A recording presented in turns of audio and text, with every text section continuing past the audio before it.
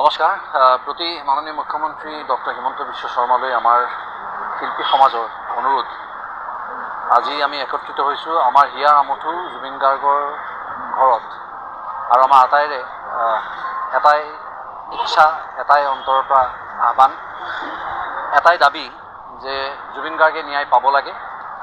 আৰু আজি যিবোৰ গাফিলতি আমি দেখিবলৈ পাইছোঁ সামাজিক মাধ্যমত, আমাৰ হিয়াৰ আমঠু জুবিন গাৰ্গৰ লগত যিবোৰ ঘটনা হ'ল, তাৰ আমি উচিত তদন্ত হোৱাটো বিচাৰোঁ আৰু নিৰপেক্ষ তদন্ত হোৱাটো বিচাৰোঁ। কোনেও যাতে ক্ষমতাৰ জোৰ দেখুৱাই আইনৰ হাতৰ পৰা সাৰি যাব নোৱাৰে, সেয়ে আমাৰ আপোনালোকৰ ওচৰত আস্থা, বিশ্বাস আৰু অনুৰোধ। আৰু বিশেষকৈ আমি এটাই ক'ব বিচাৰিছোঁ যে মুখ্য আকৰ্ষণ বুলি ইয়াৰ পৰা লৈ যোৱা জুবিন গাৰ্গক যেতিয়া তাত আমি হেৰুৱালোঁ, তাৰ পাছতো যদি আমি যিখিনি শুনিবলৈ পাইছোঁ যে তাত এই এনি ফেষ্টিভেলটো এটা অন্য নাম দি কণ্টিনিউ কৰা হৈছে, চলাই থকা হৈছে। গতিকে মই ভাবোঁ আৰু আমি আটাই ভাবোঁ যে যেনেকৈ দেশৰ বিপক্ষে মাত মতা মানুহজনক আমি দেশদ্ৰোহী বুলি কওঁ, এইটো এটা জাতিদ্ৰোহী অপৰাধ আৰু ই অক্ষমনীয়। আপোনাৰ ওচৰত মই কৃতজ্ঞতা জ্ঞাপন কৰিছোঁ, আপুনি যি তৎপৰতা দেখুৱালে প্ৰত্যেকটা ক্ষেত্ৰত।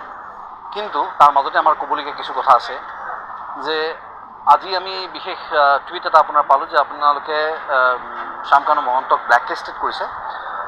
মই তাৰ বাবে আপোনাৰ ওচৰত মোৰ কৃতজ্ঞতা জনাইছোঁ, আমি আটাই আপোনাক ধন্যবাদ জ্ঞাপন কৰিছোঁ। কিন্তু ব্লেকলিষ্ট কৰাটো আমাৰ কাৰণে গুৰুত্বপূৰ্ণ এইকাৰণে নহয়, কাৰণ শ্যামকানু মহন্তক আপোনালোকে বা চৰকাৰে যদি আৰ্থিক সাহাৰ্য দি বা আৰ্থিকভাৱে সহায় কৰি যদি এটা ফাংচন পাতিবলৈ সুবিধাও কৰি দিয়ে আগলৈও, অসমৰ ৰাইজে কিন্তু অলৰেডি তেওঁক ব্লেকলিষ্ট কৰিছে। গতিকে এইটো আমাৰ কাৰণে নতুন খবৰ নহয়।